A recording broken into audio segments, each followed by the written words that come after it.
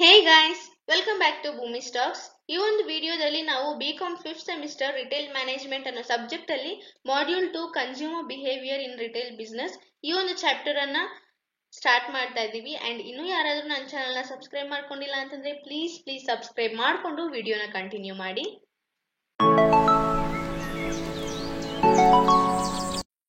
Consumer behaviour ಅಂದ್ರೆ ಏನು ಅಂತ ನಾವು ನೋಡೋದಾದ್ರೆ, consumer behavior is the study of people and the product that helps to shape their identities. There is diversity among consumers, and at the same time, there is tremendous diversity among markets. There are traditional retailers as well as mass merchandisers and big shopping malls. There is also shift from mass marketing to Nike and direct marketing. The concept of marketing has changed to relationship marketing, developing a close affiliation with consumer that results in brand or store loyalty. Consumer behaviour ಅಂದ್ರೆ ಏನು ಇಲ್ಲ, ಕನ್ಸ್ಯೂಮರ್ಗೆ ತಗ್ದಾಗಿ ಅಂದ್ರೆ ಅವನು purchasing power ಏನು, ಅವನ ಹತ್ರ ದುಡ್ಡು ಎಷ್ಟಿದೆ ಅದನ್ನೆಲ್ಲ ಐಡೆಂಟಿಫೈ ಮಾಡೋದು, ಮತ್ತೆ ಅವನ ನೀಡ್ಸ್ ಏನು, ವಾಂಟ್ಸ್ ಏನು, ಅವನ ಬಜೆಟ್ ಏನು, ಅದನ್ನೆಲ್ಲ ಐಡೆಂಟಿಫೈ ಮಾಡಿ ಅವನ ಈ ಪ್ರಾಡಕ್ಟ್ ತಗೋತಾನ ಇಲ್ವಾ ಅನ್ನೋದ್ರ ಬಗ್ಗೆ ವೆರಿಫಿಕೇಶನ್ ಮಾಡೋದ್ರ ಬಗ್ಗೆ ಕನ್ಸ್ಯೂಮರ್ ಬಿಹೇವಿಯರ್ ಅಂತ ಹೇಳಿ ಕರಿತೀವಿ. ಇವಾಗ ಕನ್ಸ್ಯೂಮರ್ ಬಿಹೇವಿಯರ್ ಅಲ್ಲಿ ಅಂದ್ರೆ ಮಾರ್ಕೆಟ್ ಯಾವ ರೀತಿಯಾಗಿ ಅದನ್ನ ಐಡೆಂಟಿಫೈ ಮಾಡ್ತಾ ಇದೆ ಅಂತಂದ್ರೆ, ಮಾರ್ಕೆಟ್ ಬಂದು ಪ್ರಾಡಕ್ಟ್ ಗಿಂತ ಜಾಸ್ತಿ ಕನ್ಸ್ಯೂಮರ್ ರಿಲೇಶನ್ಶಿಪ್ ಅನ್ನ ಇಟ್ಕೊಳ್ಳುವಂತಹ ಕೆಲಸವನ್ನ ಮಾಡ್ತಾ ಇದೆ. ಕಸ್ಟಮರ್ ಜೊತೆ ರಿಲೇಶನ್ಶಿಪ್ ಅನ್ನ ಇಟ್ಕೊಂಡಾಗ ಅವನೇನ್ ಮಾಡ್ತಾನೆ, ಅಟ್ರಾಕ್ಟ್ ಆಗ್ತಾನೆ, ಆ ಒಂದು ಅಂಗಡಿಯಲ್ಲಿ ಇರುವಂತಹ ಪ್ರಾಡಕ್ಟ್ಸ್ ಗೆ ಅಟ್ರಾಕ್ಟ್ ಆಗ್ತಾನೆ. ಈ ಒಂದು ಅಂಗಡಿಯಲ್ಲಿ ತಗೊಂಡ್ರೆ ನನಗೆ ಚೆನ್ನಾಗಿರುತ್ತೆ ಅನ್ನೋ ಕಂಫರ್ಟಬಿಲಿಟಿ ಅವನಿಗೆ ಬರ್ತಾ ಹೋಗುತ್ತೆ, ಅವನು ಲಾಯಲ್ ಆಗಿರ್ತಾನೆ ಆ ಒಂದು ಶಾಪ್ಗೆ. ಈ ರೀತಿ ಅವನು ಕನ್ಸ್ಯೂಮರ್ ಬಿಹೇವಿಯರ್ ಅನ್ನ ಬಿಲ್ಡ್ ಮಾಡ್ತಾನೆ. Consumer behaviour is the study of people and the product that helps to shape their identities. Consumers are actors on the marketplace. Customers are the most important people for any organization. The success of any organization is depend on its satisfied customers. The satisfied customers remains loyal to the organization and bring repeat business. Consumers can be made happy only if their needs are met. The organization should treat their customer service as an investment and not a cost. They should also remember that customer satisfaction is a heart of the selling process. ಕಸ್ಟಮರ್ನ ಯಾವ ರೇಂಜ್ಗೆ ನಾವು satisfy ಮಾಡ್ತೀವಿ ಅನ್ನೋದು ಬಂದು ನಮ್ಮ business future ಅಲ್ಲಿ continue ಆಗುತ್ತಾ ಇಲ್ವಾ ಅನ್ನೋದು ಡಿಸೈಡ್ ಮಾಡುತ್ತೆ. ಅದಕ್ಕೋಸ್ಕರ ಪ್ರತಿಯೊಂದು ಪ್ರೊಡಕ್ಷನ್ ಅಥವಾ ಪ್ರತಿಯೊಂದು ಮ್ಯಾನುಫ್ಯಾಕ್ಚರರ್ ಕೂಡ ಏನ್ ಮಾಡ್ಬೇಕು ಅಂತಂದ್ರೆ, ಕಸ್ಟಮರ್ನ ಸ್ಯಾಟಿಸ್ಫೈ ಮಾಡೋದಕ್ಕೋಸ್ಕರ ಅವನು ಪ್ರಾಡಕ್ಟ್ ಅನ್ನ ಬಿಲ್ಡ್ ಮಾಡ್ಬೇಕು. ಅದನ್ನ ಬಿಟ್ಟು ಅವನು ಕಾಸ್ಟ್ಗೋಸ್ಕರ ದುಡ್ಡುಗೋಸ್ಕರ ಮಾಡಬಾರ್ದು. ದುಡ್ಡುಗೋಸ್ಕರ ಎಸ್ ನಮ್ಗೆ ಇನ್ವೆಸ್ಟ್ಮೆಂಟ್ ಬೇಕು, ಅದರಿಂದ ನಾವು ಕಸ್ಟಮರ್ಸ್ ಅನ್ನ ಅಟ್ರಾಕ್ಟ್ ಮಾಡ್ಬೇಕು, ಎಸ್ ಅದು ಮೇನ್ ಫ್ಯಾಕ್ಟರ್, ಇಲ್ಲ ಅಂತ ಇಲ್ಲ. ಬಟ್ ನಿಮ್ಗೆ ದುಡ್ಡು ಯಾವಾಗ ಸಿಗುತ್ತೆ, ಕಸ್ಟಮರ್ಸ್ ಸ್ಯಾಟಿಸ್ಫೈಡ್ ಆದಾಗ, ಕಸ್ಟಮರ್ಸ್ ನೀಡ್ಸ್ ಬಂದು ಸ್ಯಾಟಿಸ್ಫೈ ಆದಾಗ ನಮ್ಗೆ ದುಡ್ಡು ಜಾಸ್ತಿ ಬರೋದಕ್ಕೆ ಸ್ಟಾರ್ಟ್ ಆಗುತ್ತೆ. ಅದಕ್ಕೋಸ್ಕರ ಏನ್ ಹೇಳಿದ್ದಾರೆ, ಕಸ್ಟಮರ್ ಸ್ಯಾಟಿಸ್ಫ್ಯಾಕ್ಷನ್ ಬಂದು ಒಂದು ಹಾರ್ಟ್ ಅಂತ ಹೇಳಿದ್ದಾರೆ. ಅದು ಏನಕ್ಕೆ, ಸೆಲ್ಲಿಂಗ್ ಗೆ ಒಂದು ಆರ್ಟ್ ಅಂತ ಹೇಳಿದ್ದಾರೆ. ಅಂಡ್ ಕಸ್ಟಮರ್ ನೀಡ್ಸ್ ಅನ್ನ ಯಾವ ಲೆವೆಲ್ಗೆ ಸ್ಯಾಟಿಸ್ಫೈ ಮಾಡ್ತೀವೋ ಆ ಲೆವೆಲ್ಗೆ ನಮ್ ಬಿಸ್ನೆಸ್ ಬಂದು ಮುಂದೆ ಹೋಗ್ತಾ ಇರುತ್ತೆ. ಇನ್ನೊಂದು ಮೇನ್ ಪಾರ್ಟ್ ಏನಂದ್ರೆ, ಕಸ್ಟಮರ್ಸ್ ಬಂದು ಒಂದು ಬಿಸ್ನೆಸ್ಗೆ ಇನ್ವೆಸ್ಟ್ಮೆಂಟ್ಸ್ ಇದ್ದಂಗೆ, ಅವ್ರು ಯಾವುದೇ ರೀತಿಯಾದ ಕಾಸ್ಟ್ ಅಲ್ಲ. ಅಂದ್ರೆ ಅವರು ದುಡ್ಡಿಗೆ ಬರೋರಲ್ಲ. ಕಸ್ಟಮರ್ಸ್ ಬಂದು ಆ ಪ್ರಾಡಕ್ಟ್ ಅನ್ನ ತಗೊಂಡು ಆ ಪ್ರಾಡಕ್ಟ್ ಗೆ ಲಾಯಲ್ ಆಗಿರ್ತಾರೆ, ಅಂದ್ರೆ ನಮ್ಗೆ ಲಾಯಲ್ ಆಗಿರ್ತಾರೆ ಆ ಪ್ರಾಡಕ್ಟ್ ಮೇಲೆ. ಮೇ ಬಿ ಬ್ರ್ಯಾಂಡ್ ಪವರ್ ಆಗಿರ್ಬೋದು, ಅಥವಾ ಆ ಪ್ರಾಡಕ್ಟ್ ಅಲ್ಲಿ ಇರುವಂತಹ ಒಂದು ನ್ಯೂಟ್ರಿಷನ್ಸ್ ಲೆವೆಲ್ಸ್ ಆಗಿರ್ಬೋದು, ಅಥವಾ ಅವ್ರ ಸ್ಯಾಟಿಸ್ಫ್ಯಾಕ್ಷನ್ ಆಗಿರ್ಬೋದು, ಈ ಎಲ್ಲಾ ಫ್ಯಾಕ್ಟರ್ಸ್ ಕೂಡ ಕನ್ಸಿಡರ್ ಆಗುತ್ತೆ. ನೆಕ್ಸ್ಟ್ ಒನ್ ಬಂದು ಕನ್ಸ್ಯೂಮರ್ ಬಿಹೇವಿಯರ್. ಕನ್ಸ್ಯೂಮರ್ ಬಿಹೇವಿಯರ್ ಅಂದ್ರೆ ಏನು? Consumer behaviour is study of individuals or groups and organisation on how they select, purchase, use or dispose of product, services, ideas or experiences to satisfy needs and desires. Consumer behavior is the study of how people will buy, what they buy, when they buy and why they buy. ಇದು ಬಂದು Philip Kotler ಕೊಟ್ಟಿರುವಂತಹ ಒಂದು statement ಆಗಿದೆ. Customer behaviour ಅಂದ್ರೆ, consumer behaviour ಅಂತಂದ್ರೆ ಅವನು ಯಾವಾಗ purchase ಮಾಡ್ತಾನೆ, ಹೆಂಗ್ ಪರ್ಚೇಸ್ ಮಾಡ್ತಾನೆ, ಎಲ್ಲಿ ಪರ್ಚೇಸ್ ಮಾಡ್ತಾನೆ, ಯಾಕೆ ಪರ್ಚೇಸ್ ಮಾಡ್ತಾನೆ, ಇದನ್ನೆಲ್ಲ ಐಡೆಂಟಿಫೈ ಮಾಡಿ ಅವ್ನ ನೀಡ್ ಸ್ಯಾಟಿಸ್ಫೈ ಆಗೋ ತರ ನಾವು ಪ್ರಾಡಕ್ಟ್ ಅನ್ನ ತಯಾರು ಮಾಡಬೇಕು.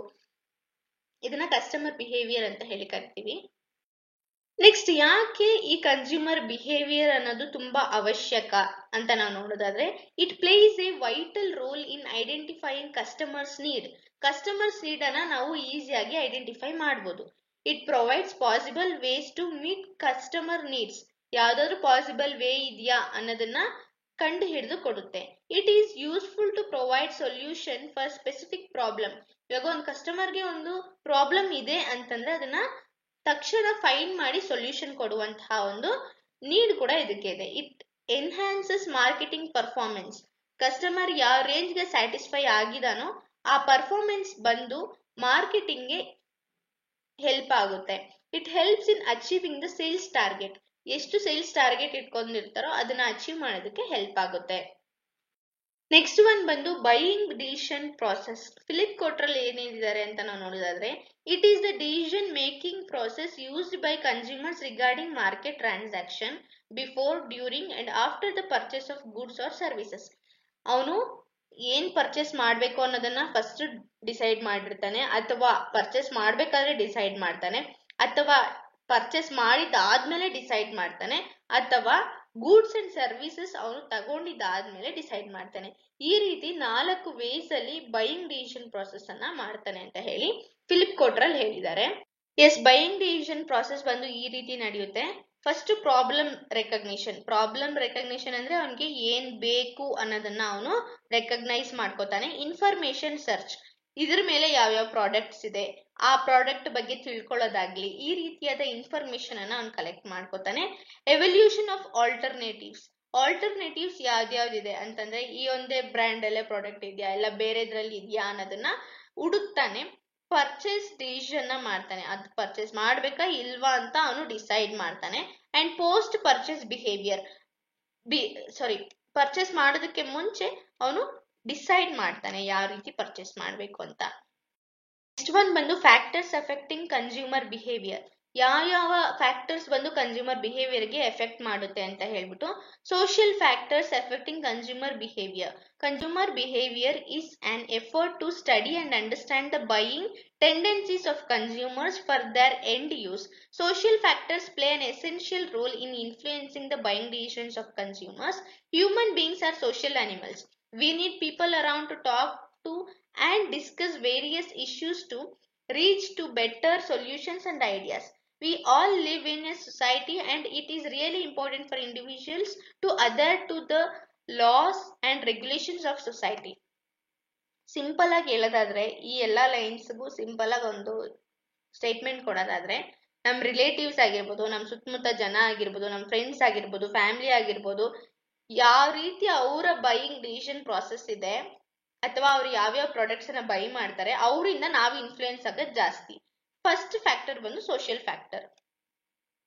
ಇಲ್ಲಿ ನೋಡಿ, ರೆಫರೆನ್ಸ್ ಗ್ರೂಪ್ಸ್ ಇಂದ ನಾವು ಇನ್ಫ್ಲುಯೆನ್ಸ್ ಆಗ್ತೀವಿ, ಇಮಿಡಿಯೇಟ್ ಫ್ಯಾಮಿಲಿ ಮೆಂಬರ್ಸ್ ಇಂದ ಇನ್ಫ್ಲುಯೆನ್ಸ್ ಆಗ್ತೀವಿ, ರಿಲೇಟಿವ್ಸ್ ಇಂದ, ರೋಲ್ ಇನ್ ದ ಸೊಸೈಟಿ ಅಂದ್ರೆ ನಮ್ಮ ಅಕ್ಕಪಕ್ಕದಲ್ಲಿ ಇರುವಂತಹ ಮನೆಗಳಿಂದ, ಸ್ಟೇಟಸ್ ಇನ್ ದ ಸೊಸೈಟಿ, ಸೊಸೈಟಿಯಲ್ಲಿ ಯಾವ ರೀತಿಯಾದ ಸ್ಟೇಟಸ್ ಮೇಂಟೈನ್ ಮಾಡಬೇಕು ಅಥವಾ ಬೇರೆಯವರು ಯಾವ ರೀತಿ ಇದಾರೆ, ಯಾವ ಪ್ರಾಡಕ್ಟ್ಸ್ ಪರ್ಚೇಸ್ ಮಾಡ್ತಾ ಇದ್ದಾರೆ ಅದ್ರ ಪ್ರಕಾರ ನಾವು ಪ್ರಾಡಕ್ಟ್ಸ್ ಅನ್ನ ಪರ್ಚೇಸ್ ಮಾಡುವಂತದ್ದು. ನೆಕ್ಸ್ಟ್ ಬಿ ಬಂದು ಕಲ್ಚರಲ್ ಫ್ಯಾಕ್ಟರ್ಸ್, ಅಂದ್ರೆ ನಮ್ಮ ಫ್ಯಾಮಿಲಿಗೆ ಯಾವ ರೀತಿಯಾದ ಕಲ್ಚರ್ ಇದೆ ಅದರ ಮೇಲೆ ನಾವು ತಗೊಳ್ಳುವಂತಹ ಪ್ರಾಡಕ್ಟ್ ಬಂದು ಡಿಸೈಡ್ ಆಗುತ್ತೆ. ನೆಕ್ಸ್ಟ್ ಪರ್ಸನಲ್ ಫ್ಯಾಕ್ಟರ್ಸ್ ಯಾವ್ದಾಗಿರ್ಬೋದು, ಆಕ್ಯುಪೇಷನ್ ಆಗಿರ್ಬೋದು, age, economic condition, life style, personality. ಎಲ್ಲರ ಪರ್ಸನಲ್ ಫ್ಯಾಕ್ಟರ್ಸ್ ಒಂದೇ ತರ ಇರಲ್ಲ, ಎಲ್ಲರ ಏಜು ಒಂದೇ ತರ ಇರಲ್ಲ, ಎಲ್ಲರ ಆಕ್ಯುಪೇಷನ್ ಒಂದೇ ತರ ಇರಲ್ಲ, ಎಲ್ಲರ ಎಕನಾಮಿಕ್ ಕಂಡೀಷನ್ ಒಂದೇ ತರ ಇರಲ್ಲ, ಎಲ್ಲರ ಲೈಫ್ ಸ್ಟೈಲ್ ಕೂಡ ಒಂದೇ ತರ ಇರಲ್ಲ.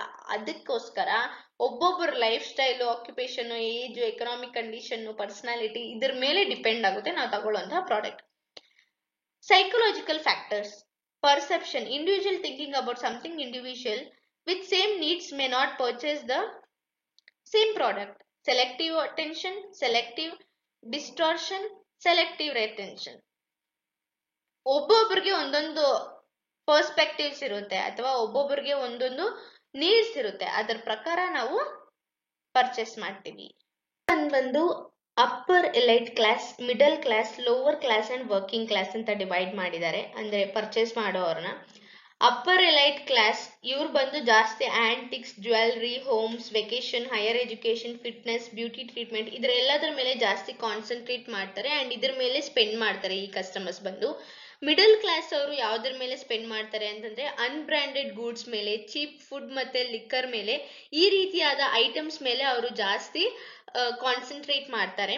ನೆಕ್ಸ್ಟ್ ಲೋವರ್ ಕ್ಲಾಸ್ ಬಂದು ಅವ್ರಿಗೆ ನೆಸೆಸರಿ ಏನೇನ್ ಐಟಮ್ಸ್ ಇದೆ ಅದನ್ನ ಮಾತ್ರ ಅವ್ರ ಸುತ್ತಮುತ್ತ ಇರುವಂತಹ ಅಂಗಡಿಗಳಲ್ಲಿ ಅಥವಾ ಮಾರ್ಕೆಟ್ಗಳಲ್ಲಿ ಬೈ ಮಾಡ್ಕೊಂಡು ಜೀವನವನ್ನ ಮಾಡ್ತಾ ಇರ್ತಾರೆ. ಅಂಡ್ ವರ್ಕಿಂಗ್ ಕ್ಲಾಸ್ ಇವ್ರನ್ನ ಬಂದು ವೈಟ್ ಕಾಲರ್ ಅಂತ ಹೇಳಿ ಕೂಡ ಕರೀತಾರೆ. ಇವ್ರು ಬಂದು ಜಾಸ್ತಿ ಯಾವ್ದು ಟ್ರೆಂಡ್ ಆಗಿರುತ್ತೆ ಪ್ರಾಡಕ್ಟ್ಸ್ ಆ ಪ್ರಾಡಕ್ಟ್ಸ್ ಅನ್ನ ಬೈ ಮಾಡ್ತಾರೆ ಅಂಡ್ ಪರ್ಸನಲ್ ವೆಹಿಕಲ್ಸ್ ಮೇಲೆ ಕಾನ್ಸಂಟ್ರೇಟ್ ಮಾಡ್ತಾರೆ, ಬ್ರಾಂಡೆಡ್ ಗೂಡ್ಸ್ ಮೇಲೆ ಕಾನ್ಸಂಟ್ರೇಟ್ ಮಾಡ್ತಾರೆ, ಒಳ್ಳೆ ಮನೆಯನ್ನ ಕಟ್ಕೊಳ್ಳೋದ್ರ ಬಗ್ಗೆ ಅಂಡ್ ಕಾಲೇಜ್ ಎಜುಕೇಶನ್ ಇದ್ರ ಮೇಲೆ ಕಾನ್ಸಂಟ್ರೇಟ್ ಮಾಡ್ತಾ ಇರ್ತಾರೆ. ಅಂಡ್ ಮಿಡಲ್ ಕ್ಲಾಸ್ ಅವ್ರನ್ನ blue collar and working class ಅವ್ರನ್ನ ವೈಟ್ ಕಾಲರ್ ಅಂತ ಹೇಳಿ ಕರಿತೀವಿ. Next consumer buying behaviour pattern ಯಾವ ರೀತಿ ಇರುತ್ತೆ ಅಂತ ನೋಡೋದಾದ್ರೆ, ಪ್ಲೇಸ್ ಆಫ್ ಪರ್ಚೇಸ್ ಅಂದ್ರೆ ಅವನು ಎಲ್ಲಿ ಹೋಗಿ ಪರ್ಚೇಸ್ ಮಾಡ್ತಾನೆ, ಸ್ಪೆಷಾಲಿಟಿ ಸ್ಟೋರ್ ಅಲ್ಲಿ ಹೋಗಿ ಪರ್ಚೇಸ್ ಮಾಡ್ತಾನೆ, ಮಾರ್ಕೆಟ್ ಅಲ್ಲಿ ಹೋಗಿ ಪರ್ಚೇಸ್ ಮಾಡ್ತಾನೆ ಅಥವಾ ಎಲ್ಲಿ ಪರ್ಚೇಸ್ ಮಾಡ್ತಾನೆ ಅನ್ನೋದನ್ನ ಆ ಪ್ಯಾಟರ್ನ್ ಅನ್ನ ತಿಳ್ಕೊಳ್ಳುವಂತಹದ್ದು. ಮತ್ತೆ ಐಟಮ್ಸ್ ಪರ್ಚೇಸ್ಡ್, ಯಾವ ತರವಾದ ಐಟಮ್ಸ್ ಅನ್ನ ಅವನು ಪರ್ಚೇಸ್ ಮಾಡಿದಾನೆ, ಅದು ಲಕ್ಸುರಿ ಐಟಮ್, ಚೀಪ್ ಐಟಮ್ ಅಥವಾ ಯಾವ ರೀತಿ ಐಟಮ್ ಅನ್ನೋದನ್ನ ಅವನು ಕಾನ್ಸಂಟ್ರೇಟ್ ಮಾಡ್ತಾರೆ. And time and frequency of purchase, ಅವನು ಎಷ್ಟು ಟೈಮ್ ಅನ್ನ ಸ್ಪೆಂಡ್ ಮಾಡಿದಾನೆ, ಯಾವ ಪ್ರಾಡಕ್ಟ್ ಬಗ್ಗೆ ಎಷ್ಟು ಅನಲೈಸ್ ಮಾಡಿದಾನೆ ಅದ್ರ ಬಗ್ಗೆ ಎಲ್ಲ ಅವರು ರಿಸರ್ಚ್ ಮಾಡ್ತಾ ಇರ್ತಾರೆ. ಮೆಥಡ್ ಆಫ್ ಪರ್ಚೇಸ್, ಕ್ಯಾಶ್ ಕೊಟ್ಟು ಪರ್ಚೇಸ್ ಮಾಡಿದಾನ ಅಥವಾ ಕ್ರೆಡಿಟ್ ಕಾರ್ಡ್ ಅಲ್ಲಿ ಪರ್ಚೇಸ್ ಮಾಡಿದಾನ ಅಥವಾ ಆನ್ಲೈನ್ ಪೇಮೆಂಟ್ ಮಾಡಿದಾನ ಅನ್ನೋದ್ರ ಬಗ್ಗೆ ಯೋಚನೆ ಮಾಡ್ತಾರೆ. And response to sales promotion devices, sales promotion ಮಾಡ್ಬೇಕಾದ್ರೆ ಫಾರ್ ಎಕ್ಸಾಂಪಲ್ ಒಂದ್ ಪ್ರಾಡಕ್ಟ್ ತಗೊಂಡ್ರೆ ಇನ್ನೊಂದು ಪ್ರಾಡಕ್ಟ್ ಫ್ರೀ, ಆ ರೀತಿಯಾದ ಸೇಲ್ಸ್ ಪ್ರಮೋಷನ್ ಅನ್ನ ಮಾಡ್ಬೇಕಾದ್ರೆ ಅವನು ಯಾವ ತರ ಅವನು ರಿಯಾಕ್ಟ್ ಮಾಡಿದಾನೆ ಅಂತ ಅನ್ನೋದ್ರ ಬಗ್ಗೆ ಅನಲೈಸ್ ಮಾಡುವಂತಹದನ್ನ ಕಸ್ಟಮರ್ ಬೈಯಿಂಗ್ ಬಿಹೇವಿಯರ್ ಪ್ಯಾಟರ್ನ್ ಅಂತ ಹೇಳಿ ಕರೀತಾರೆ. ನೆಕ್ಸ್ಟ್ ಒನ್ ಬಂದು types of consumer buying behaviour. ಎಷ್ಟು ಟೈಪ್ಸ್ ಅಲ್ಲಿ ಅವನು ಬೈ ಮಾಡ್ತಾನೆ ಅಂದ್ರೆ ಅವನ ಬಿಹೇವಿಯರ್ ಹೆಂಗಿರುತ್ತೆ ಅನ್ನೋದ್ರ ಬಗ್ಗೆ ನಾವು ನೋಡೋದಾದ್ರೆ, ರೊಟೀನ್ ರೆಸ್ಪಾನ್ಸ್. ಫಾರ್ ಎಕ್ಸಾಂಪಲ್ಗೆ ನಾನು ನಮ್ಮ ಮನೆ ಹತ್ರ ಇರುವಂತಹ ಒಂದು ಅಂಗಡಿಯಲ್ಲಿ ಡೈಲಿ ಹಾಲು, ಮೊಸರು, ಜ್ಯೂಸಸ್, ಡ್ರಿಂಕ್ಸ್, ಸ್ನಾಕ್ಸ್ ಇದನ್ನೆಲ್ಲ ಪರ್ಚೇಸ್ ಮಾಡ್ತೀನಿ. ಅದು ರೊಟೀನ್, ನನ್ಗೆ ಡೈಲಿ ಬೆಳಗ್ಗೆ ಎದ್ದ ತಕ್ಷಣ ನನ್ಗೆ ಹಾಲು ಬೇಕು ಅಂದ್ರೆ ನಾನು ಅದೇ ಅಂಗಡಿಗೆ ಹೋಗ್ತೀನಿ. ಆ ರೀತಿಯಾದ ಒಂದು ಬಿಹೇವಿಯರ್ ನಂದು. ಎರಡನೇದು ಬಂದ್ಬಿಟ್ಟು ಲಿಮಿಟೆಡ್ ಡಿಸಿಷನ್ ಮೇಕಿಂಗ್. ಫಾರ್ ಎಕ್ಸಾಂಪಲ್ಗೆ ನನ್ಗೆ ಇವಾಗ ಬಟ್ಟೆ ಬೇಕು, ಡಿಮಾರ್ಟ್ ಅಲ್ಲಿ ಬಂದು ಕಾಸ್ಟ್ ಚೆನ್ನಾಗಿರುತ್ತೆ, ಕ್ವಾಲಿಟಿ ಚೆನ್ನಾಗಿರಲ್ಲ, ಕ್ವಾಲಿಟಿ ಚೆನ್ನಾಗಿರುತ್ತೆ, ಕಾಸ್ಟ್ ಜಾಸ್ತಿ ಇರುತ್ತೆ. ಅದರಿಂದ ನಾನು ಏನ್ ಮಾಡ್ತೀನಿ, ವಿಶಾಲ್ ಮಾರ್ಟ್ಗೆ ಹೋಗ್ತೀನಿ. ನನಗೆ ಆಲ್ಟರ್ನೇಟಿವ್ ಸರ್ಚ್ ಮಾಡ್ಕೊಂಡು ನಾನು ಹೋಗ್ತೀನಿ, ವಿಶಾಲ್ ಮಾರ್ಟ್ ಹೋಗ್ತೀನಿ, ಕಾಸ್ಟ್ ಜಾಸ್ತಿ ಇರುತ್ತೆ, ಕ್ವಾಲಿಟಿನೂ ಚೆನ್ನಾಗಿರುತ್ತೆ, ಚೆನ್ನಾಗಿರೋ ಪ್ರಾಡಕ್ಟ್ ತಗೊಂಡು ಮನೆಗೆ ಬರ್ತೀನಿ. ನೆಕ್ಸ್ಟ್ ಎಕ್ಸ್ಟೆನ್ಸಿವ್ ಡಿಸಿಷನ್ ಮೇಕಿಂಗ್ ಅಂತಂದ್ರೆ, ಫಾರ್ ಎಕ್ಸಾಂಪಲ್ ನಾನು ಇವಾಗ ಕಂಪ್ಯೂಟರ್ ತಗೋತೀನಿ, ಇಲ್ಲ ಹೋಮ್ ಬಿಲ್ಡ್ ಮಾಡಕ್ಕೆ ತಗೋತೀನಿ, ಎಜುಕೇಶನ್ ತಗೋತೀನಿ, ಕಾರ್ಸ್, ಇದನ್ನೆಲ್ಲ ಒಂದು ಫೆಮಿಲಿಯರ್ ಆಗಿ ನಾನು ತಗೊಂತಾನೆ ಇರ್ತೀನಿ. ಅಂದ್ರೆ ಎಕ್ಸ್ಟೆನ್ಸಿವ್ ಡಿಸಿಷನ್ ಅದರಲ್ಲಿ ತಗೋತಾನೆ ಇರ್ತೀನಿ. ಇವಾಗ ಒಂದಾದ್ಮೇಲೆ ಒಂದು ನನ್ನ ಲೈಫ್ ಸ್ಟೈಲ್ಗೆ ಏನೇನೆಲ್ಲ ಬೇಕು ಅದ್ರ ಬಗ್ಗೆ ನಾನು ಜಾಸ್ತಿ ಕಾನ್ಸಂಟ್ರೇಟ್ ಮಾಡ್ತಾ ಹೋಗ್ತೀನಿ. Next impulse buying, no conscious planning. For example ನಾನು ಸಡನ್ ಆಗಿ ಔಟಿಂಗ್ ಹೋಗ್ಬೇಕು, ಇವತ್ತು ನನ್ಗೆ ಬಿರಿಯಾನಿ ತಿನ್ಬೇಕು ಅನಿಸ್ತು, ಇಲ್ಲ ಕುಷ್ಕ ತಿನ್ಬೇಕು ಅನಿಸ್ತು, ಪರೋಟ ತಿನ್ಬೇಕು ಅನಿಸ್ತು, ಇಲ್ಲ ಈಚೆ ಎಲ್ಲಾದ್ರೂ ಹೋಗಿ ಸುತ್ತಾಡ್ಕೊ ಬರ್ಬೇಕು ಅನಿಸ್ತು. ನಾನು ಒಂದೇ ಜಾಗಕ್ಕೆ ಹೋಗ್ತೀನ? ಇಲ್ಲ ಅಲ್ವಾ, ಬೇರೆ ಬೇರೆ ಜಾಗಕ್ಕೆ ಹೋಗ್ತೀನಿ.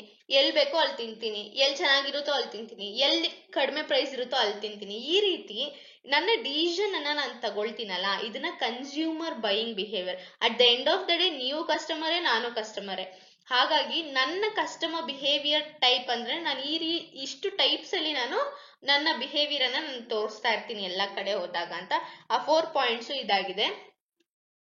ನೆಕ್ಸ್ಟ್ ಥಿಂಗ್ ಬಂದು ಕಸ್ಟಮರ್ ಸ್ಯಾಟಿಸ್ಫ್ಯಾಕ್ಷನ್. ಕಸ್ಟಮರ್ ಯಾವ ರೀತಿ ಸ್ಯಾಟಿಸ್ಫೈ ಆಗ್ತಾನೆ ಅನ್ನೋದು ಆ ಪ್ರಾಡಕ್ಟ್ ಮೇಲೆ ಡಿಸೈಡ್ ಆಗುತ್ತೆ. ಆ ಪ್ರಾಡಕ್ಟ್ ನ ಎಷ್ಟು ಎಫಿಷಿಯಂಟ್ ಆಗಿ ಅವರು ಪ್ರೊಡ್ಯೂಸ್ ಮಾಡಿರ್ತಾರೆ ಅದರ ಮೇಲೆ ಡಿಸೈಡ್ ಆಗುತ್ತೆ. ಅವನ ಎಕ್ಸ್ಪೆಕ್ಟೇಷನ್ಸ್ ನ, ನೀಡ್ಸ್ ಅನ್ನ, ವಾಂಟ್ಸ್ ಅನ್ನ ಒಂದು ಮ್ಯಾನುಫ್ಯಾಕ್ಚರರ್ ಅದನ್ನ ಕ್ಯಾಚ್ ಮಾಡುವಂತಹ ಕೆಪಾಸಿಟಿ ಅವನ್ಗೆ ಇರಬೇಕು.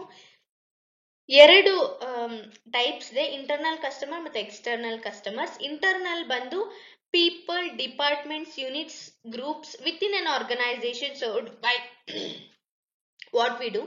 External customers bandu are end users of the organization's product or services, depositors, borrowers, investors, etc. Internal ಬಂದು ಆರ್ಗನೈಸೇಷನ್ ಒಳಗಡೆ ಇರೋರು, ಎಕ್ಸ್ಟರ್ನಲ್ಸ್ ಬಂದು ಆರ್ಗನೈಸೇಷನ್ ಈಚೆ ಅಂದ್ರೆ ಪ್ರಾಡಕ್ಟ್ ಅನ್ನ ಪರ್ಚೇಸ್ ಮಾಡುವಂತವ್ರು.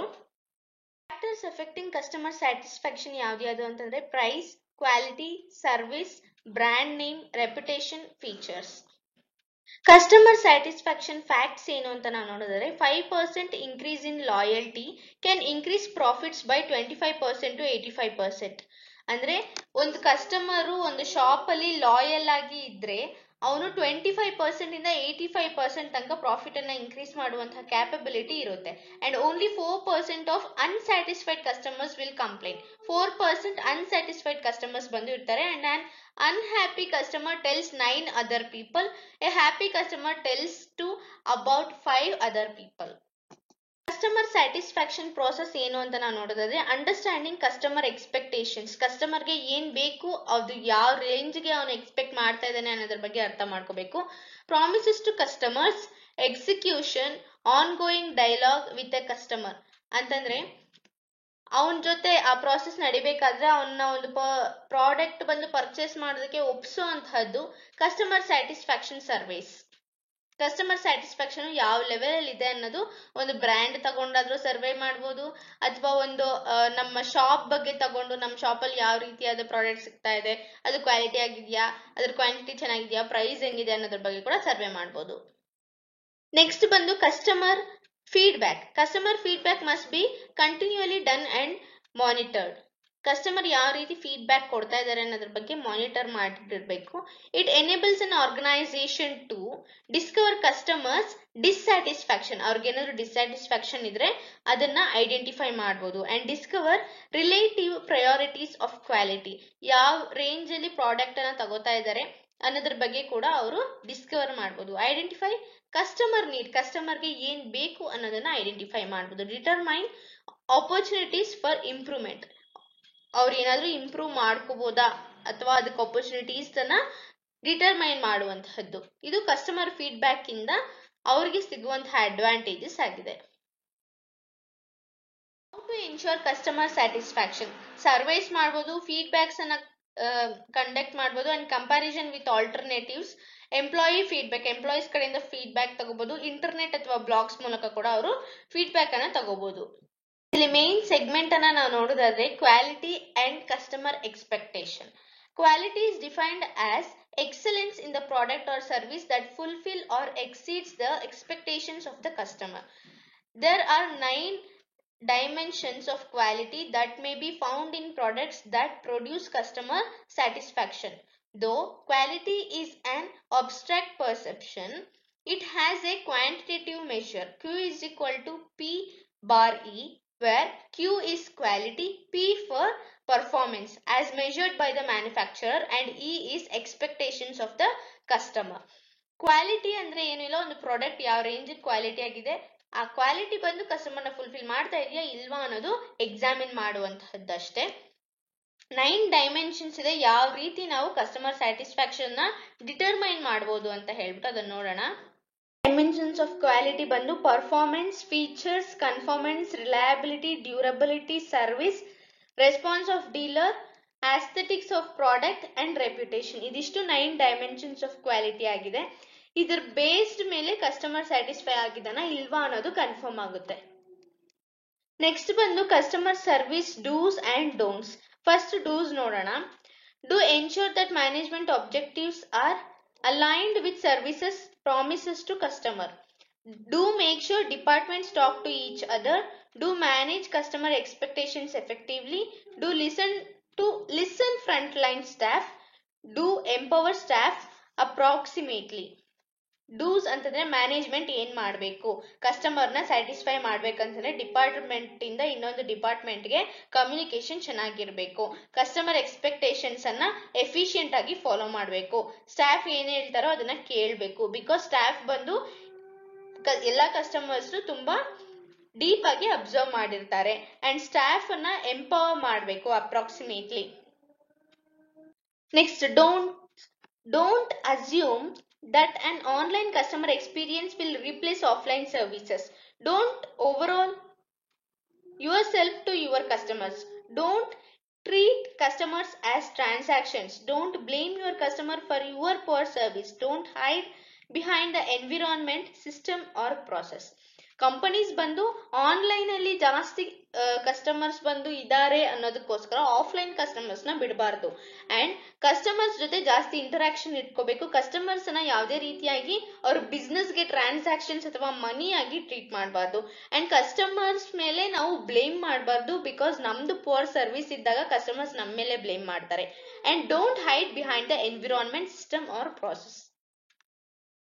ಸರ್ವಿಸ್ ಯಾವ ರೀತಿ ಇರಬೇಕು ರಿಟೇಲ್ ಶಾಪ್ಸ್ ಅಲ್ಲಿ ಅಂತ ನೋಡಿದ್ರೆ, know who is boss, customer is the boss. Be a good listener, customers ಏನ್ ಹೇಳ್ತಾರೆ ಅನ್ನೋದನ್ನ ಕೇಳಿ. ಐಡೆಂಟಿಫೈ ಅಂಡ್ ಆಂಟಿಸಿಪೇಟ್ ನೀಡ್ಸ್, ಅವ್ರಿಗೆ ಏನ್ ಅವಶ್ಯಕತೆ ಇದೆ ಅನ್ನೋದನ್ನ ತಿಳ್ಕೋಬೇಕು. And make customers feel important and appreciated. Make customers feel important and appreciated. Customers ತುಂಬಾ ಇಂಪಾರ್ಟೆಂಟ್ ಮತ್ತೆ ಅವರನ್ನ ಅಪ್ರಿಶಿಯೇಟ್ ಮಾಡಬೇಕು. Help customers understand your system, ನಿಮ್ ಸಿಸ್ಟಮ್ಸ್ ಅನ್ನ ಅರ್ಥ ಮಾಡ್ಕೊಳ್ಳೋದಕ್ಕೆ ಹೆಲ್ಪ್ ಮಾಡಿ ಕಸ್ಟಮರ್ಸ್ಗೆ. And appreciate the power of yes, yes ಅನ್ನೋದನ್ನ ಕಲ್ತ್ಕೊಳ್ಳಿ. ನೋ ಟು ಅಪಾಲಜೈಸ್, ಯಾವಾಗ್ಲೂ ಸಾರಿ ಕೇಳೋದನ್ನ ಕಲ್ತ್ಕೊಳ್ಳಿ. ಗಿವ್ ಮೋರ್ ದ್ಯಾನ್ ಎಕ್ಸ್ಪೆಕ್ಟೆಡ್, ಅವ್ರಿಗೆ ಏನ್ ಎಕ್ಸ್ಪೆಕ್ಟ್ ಮಾಡಿರ್ತಾರೆ ಅದಕ್ಕಿಂತ ಹೆಚ್ಚಾಗಿ ಕೊಡೋದಕ್ಕೆ ಟ್ರೈ ಮಾಡಿ. ಟ್ರೀಟ್ ಎಂಪ್ಲಾಯೀಸ್ ವೆಲ್, ಎಂಪ್ಲಾಯೀಸ್ ಅನ್ನ ಚೆನ್ನಾಗಿ ಟ್ರೀಟ್ ಮಾಡಿ. ಗೆಟ್ ರೆಗ್ಯುಲರ್ ಫೀಡ್ಬ್ಯಾಕ್, ಫೀಡ್ಬ್ಯಾಕ್ ಅನ್ನ ಚೆನ್ನಾಗಿ ತಗೊಳ್ಳಿ. ನೆಕ್ಸ್ಟ್ ಒನ್ ಬಂದು ರಿಟೇಲ್ ಪ್ಲಾನಿಂಗ್ ಪ್ರೋಸೆಸ್. ಏನು ಈ ರಿಟೇಲ್ ಪ್ಲಾನಿಂಗ್ ಪ್ರೋಸೆಸ್ ಅಂತಂದ್ರೆ, ಸಿಚುವೇಶನ್ ನ ಅನಲೈಸ್ ಮಾಡಬೇಕು, ಅವರ ಆಬ್ಜೆಕ್ಟಿವ್ಸ್ ಏನು ಅಂತ ತಿಳ್ಕೋಬೇಕು, ಕಸ್ಟಮರ್ ಮಾರ್ಕೆಟ್ ಅನ್ನ ಅರ್ಥ ಮಾಡ್ಕೋಬೇಕು, ಸ್ಟ್ರಾಟಜೀಸ್ ಅನ್ನ ಯೂಸ್ ಮಾಡಬೇಕು, ಫೀಡ್ಬ್ಯಾಕ್ಸ್ ಅನ್ನ ತಗೋಬೇಕು, ಕಂಟ್ರೋಲ್ ಇಟ್ಕೋಬೇಕು, ಸ್ಪೆಸಿಫಿಕ್ ಆಕ್ಟಿವಿಟೀಸ್ ಮೇಲೆ ಜಾಸ್ತಿ ಗಮನವನ್ನ ಹರಿಸಿ ಈ ರಿಟೇಲ್ ಅಲ್ಲಿ ಇರುವಂತಹ ಕಸ್ಟಮರ್ಸ್ ಅನ್ನ ಟ್ರೀಟ್ ಮಾಡುವಂಥದ್ದು ಅಥವಾ ರಿಟೇಲ್ ಬಿಸ್ನೆಸ್ ಅನ್ನ ಯಾವ ರೀತಿ ಕೊಂಡು ಹೋಗ್ಬೇಕು ಅನ್ನೋದ್ರ ಬಗ್ಗೆ ಅನಲೈಸ್ ಮಾಡೋದೇ ರಿಟೇಲ್ ಪ್ಲಾನಿಂಗ್ ಪ್ರೋಸೆಸ್ ಅಂತ ಹೇಳಿ ಕರಿತೀವಿ. ಒಂದು ರಿಟೇಲ್ ಪ್ಲಾನಿಂಗ್ ಪ್ರೋಸೆಸ್ ಅಲ್ಲಿ ಅವನ ಸಿಚುವೇಶನ್ ನ ಯಾವ ರೀತಿ ಅನಲೈಸ್ ಮಾಡಬೇಕು, ಅವನ್ಗೆ ಏನಾದ್ರೂ ಆಪರ್ಚುನಿಟೀಸ್ ಇದೆಯಾ, ಥ್ರೆಟ್ಸ್ ಇದೆಯಾ, ಅಥವಾ ಯಾವ ರೀತಿ ಅವನು ಆ ಪ್ರೊಡಕ್ಷನ್ ನ ಇನ್ಕ್ರೀಸ್ ಮಾಡಬೇಕು ಅಥವಾ ಸೇಲ್ಸ್ ಅನ್ನ ಇನ್ಕ್ರೀಸ್ ಮಾಡಬೇಕು ಅನ್ನೋದ್ರ ಬಗ್ಗೆ ಅವನು ಚಿಂತೆ ಮಾಡಬೇಕು. ಅಂಡ್ ಯಾವ ರೀತಿ ಕಸ್ಟಮರ್ಸ್ ಅನ್ನ ಅಟ್ರಾಕ್ಟ್ ಮಾಡಬೇಕು, ಈ ಎಲ್ಲಾ ಸಿಚುವೇಶನ್ ಅನ್ನು ಅನಲೈಸ್ ಮಾಡಬೇಕು. And commitment towards a particular business, ಅವ್ನು ಯಾವ ಬಿಸ್ನೆಸ್ ಮಾಡ್ತಾ ಇದ್ದಾನೆ, it may be organised or unorganised, ಯಾವ ಬಿಸ್ನೆಸ್ ಮಾಡ್ತಾ ಇದ್ದಾನೋ ಆ ಬಿಸ್ನೆಸ್ ಬಗ್ಗೆ ಅವನ್ಗೆ ಕಂಪ್ಲೀಟ್ ಇನ್ಫಾರ್ಮೇಶನ್ ಇರಬೇಕು. ಅಂಡ್ ಅದ್ರ ಮೇಲೆ ಒಂದು ಕಮಿಟ್ಮೆಂಟ್ ಇಟ್ಕೊಂಡಿರ್ಬೇಕು. ಇದನ್ನ ಮಾಡ್ಬೇಕು ಅಂದ್ರೆ ಅದನ್ನ ಮಾಡ್ಲೇಬೇಕು ಅನ್ನುವಂತಹ ಒಂದು ಆಟವನ್ನ ಅವ್ನು ಇಟ್ಕೊಂಡು ಮುಂದೆ ಹೋಗ್ಬೇಕು. ಅಂಡ್ ಗೋಲ್ಸ್ ಆರ್ ಆಬ್ಜೆಕ್ಟಿವ್, ಅವ್ನ್ ಬಿಸ್ನೆಸ್ ಸ್ಟಾರ್ಟ್ ಮಾಡೋದ್ರಿಂದ ಇರುವಂತಹ ಗೋಲ್ ಏನು, ಅವ್ನು ಯಾವ ರೀತಿ ಮಾರ್ಕೆಟ್ ಅಲ್ಲಿ ಎಸ್ಟಾಬ್ಲಿಷ್ ಮಾಡ್ಬೇಕು ಅವನೊಂದು ಪ್ರಾಡಕ್ಟ್ಸ್ ಅನ್ನ, ಅಂಡ್ ಯಾವ ರೀತಿ ಸೇಲ್ಸ್ ಗ್ರೋತ್ ಮಾಡ್ಬೇಕು, ಸ್ಟೆಬಿಲಿಟಿಯನ್ನ ಯಾವ ರೀತಿ ಮೇಂಟೈನ್ ಮಾಡ್ಬೇಕು, ಪ್ರಾಫಿಟ್ ಲೆವೆಲ್ ಯಾವ ರೀತಿ ತಗೊಂಡ್ ಹೋಗ್ಬೇಕು, ಅವನು ಮೇಲೆ ತಗೊಂಡ್ ಹೋಗ್ಬೇಕಾ ಕೆಳಗೆ ತಗೊಂಡ್ ಹೋಗ್ಬೇಕಾ, ರಿಟರ್ನ್ ಆನ್ ಇನ್ವೆಸ್ಟ್ಮೆಂಟ್ ಅಂದ್ರೆ ಅವ್ನು ಇನ್ವೆಸ್ಟ್ಮೆಂಟ್ ಮಾಡಿರೋದ್ರ ಮೇಲೆ ಅವ್ನಿಗೆ ಎಷ್ಟು ರಿಟರ್ನ್ ಸಿಗ್ತಾ ಇದೆ ಅನ್ನೋದ್ರ ಬಗ್ಗೆ ಅನಲೈಸ್ ಮಾಡ್ಬೇಕು. ಈ ರೀತಿ ಗೋಲ್ಸ್ ಮತ್ತೆ ಆಬ್ಜೆಕ್ಟಿವ್ಸ್ ಅನ್ನ ಅವನು ಅನಲೈಸ್ ಮಾಡ್ಬೇಕಾಗುತ್ತೆ. ಬಂದು the 4 possible approaches to planning are reactive, inactive, preactive and proactive. Reactive ಬಂದು ಪಾಸ್ಟ್ ಅಲ್ಲಿ ನಡೆದಿರುವಂತಹದ್ದು, it may be bad or good, ಯಾವುದೇ ಆಗಿದ್ರು ನಮ್ ಬಿಸ್ನೆಸ್ಗೆ ಯಾವ ತರ ರಿಫ್ಲೆಕ್ಟ್ ಆಗಿದೆ ಅನ್ನೋದ್ರ ಬಗ್ಗೆ ನಾವು ಯೋಚನೆ ಮಾಡ್ತಾ ಇರ್ತೀವಿ. ಅಂಡ್ ಇನ್ಆಕ್ಟಿವ್ ಅಂದ್ರೆ ಪ್ರೆಸೆಂಟ್ ಅಲ್ಲಿ ಏನ್ ನಡೀತಾ ಇದೆ ಅನ್ನೋದ್ರ ಬಗ್ಗೆ ನಾವು ಅನಲೈಸ್ ಮಾಡ್ತೀವಿ. ಪ್ರಿಆಕ್ಟಿವ್ ಅಂತಂದ್ರೆ ನಮ್ ಫ್ಯೂಚರ್ ಅಲ್ಲಿ ಏನ್ ನಡಿಬಹುದು ಅನ್ನೋದನ್ನ ನಾವು ಪ್ರೆಡಿಕ್ಟ್ ಮಾಡ್ತೀವಿ.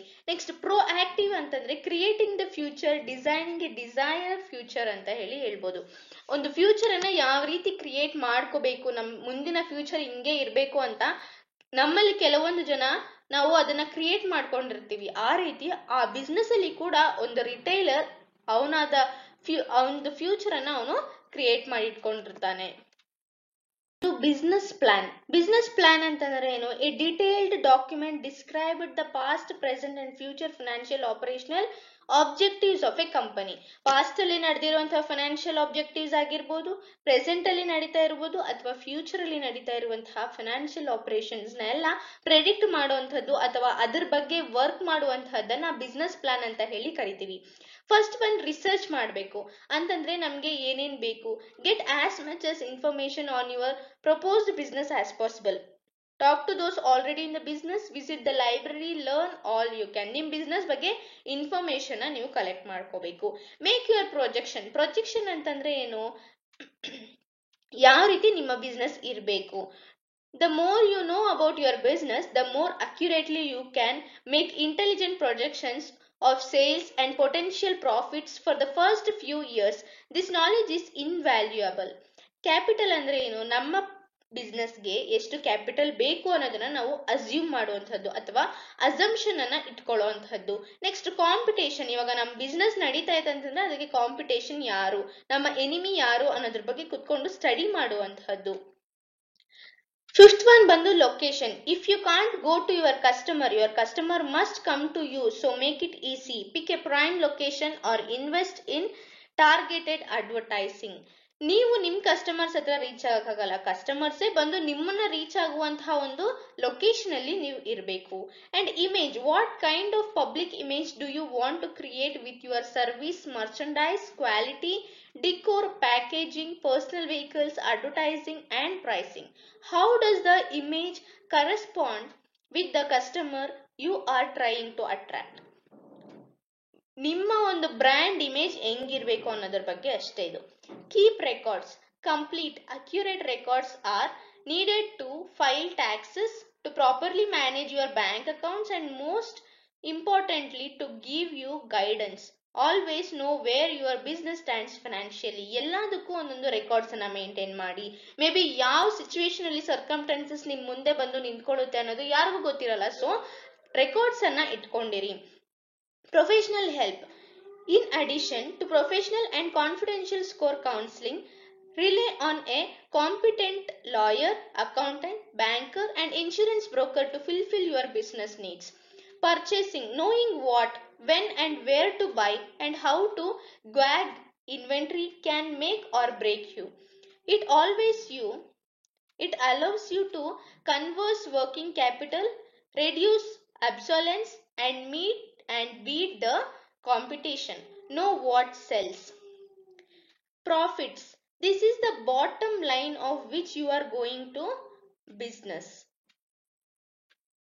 Make sure that all expenses are accounted for, including your own living cost, possible losses, shrinkage, unseen costs such as fringe benefits and taxes. Then add a legitimate profit to your risk. If the profit does not come out right, perhaps you should rethink your idea. Make sure you consult a score counselor for guidance.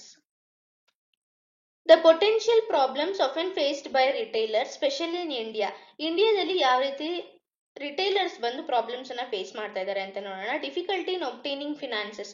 ಅವರಿಗೆ ಹಣ ಸಿಗೋದು ತುಂಬಾ ಕಷ್ಟ ಆಗಿದೆ. And adequate management capabilities due to the wide variety of expertise. ಜಾಸ್ತಿ expert ಆಗಿರೋರು ಇರೋದ್ರಿಂದ market ಅಲ್ಲಿ ಅವರಿಗೆ ತುಂಬಾ ಮ್ಯಾನೇಜ್ ಮಾಡುವ ಕ್ಯಾಪಬಿಲಿಟೀಸ್ ಬಂದು ತುಂಬಾ ಕಡಿಮೆ ಇರೋ ತರ ಇದೆ. ಅಂಡ್ ಹೈ ರಿಯಲ್ ಎಸ್ಟೇಟ್ ಕಾಸ್ಟ್ಗಳು ತುಂಬಾ ಜಾಸ್ತಿ ಇರೋದ್ರಿಂದ ಅಂಡ್ ಓವರ್ ಹೆಡ್ ಕೂಡ ಜಾಸ್ತಿ ಇರೋದ್ರಿಂದ poor competitive position due to lack of resources. ಅಂದ್ರೆ ಕಾಂಪಿಟೇಷನ್ ಕಡಿಮೆ ಇದೆ. ಯಾಕೆ ಅಂತಂದ್ರೆ ರಿಸೋರ್ಸ್ ಬಂದು ಕಡಿಮೆ ಇದೆ. Limited knowledge of retail marketing techniques ಬಗ್ಗೆ ಕಡಿಮೆ ನಾಲೆಜ್ ಇರೋದ್ರಿಂದ. Difficulty in obtaining supplier credit ಅವ್ರಿಗೆ ಸಿಗೋದು ತುಂಬಾ ಕಷ್ಟ ಆಗಿರೋದ್ರಿಂದ. And complexity of operations due to lack of systems for processing paperwork, record keeping ಇದೆಲ್ಲ ತುಂಬಾ ಕಷ್ಟ ಆಗ್ತಾ ಇದೆ ಅಂತ ಹೇಳಿ. ಸೆಲ್ಫ್ ಅನಲೈಸ್ ಹೆಂಗೆ ಮಾಡ್ಕೊಳ್ಳೋದು ಒಂದು ರಿಟೈಲರ್ ಅಂತ ನೋಡೋದಾದ್ರೆ, and internally focused examination of A retailer strengths and weakness. What does the company good lie in? Management capabilities. This includes capabilities and experience of the management.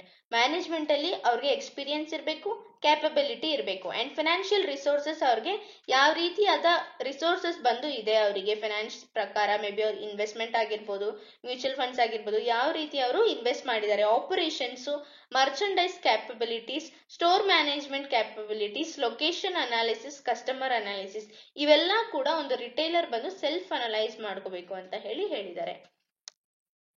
ಈ ಚಾಪ್ಟರ್ ಇಲ್ಲಿಗೆ ಮುಗೀತು. Thank you so much for watching this video. ಇನ್ನು next ಚಾಪ್ಟರ್ಸ್ಗೋಸ್ಕರ ಈಗಲೇ ನನ್ನ ಚಾನೆಲ್ನ subscribe ಮಾಡ್ಕೊಳ್ಳಿ, bell icon ಅನ್ನ ಕ್ಲಿಕ್ ಮಾಡಿ. And let's meet in our next video. Until then, bye by.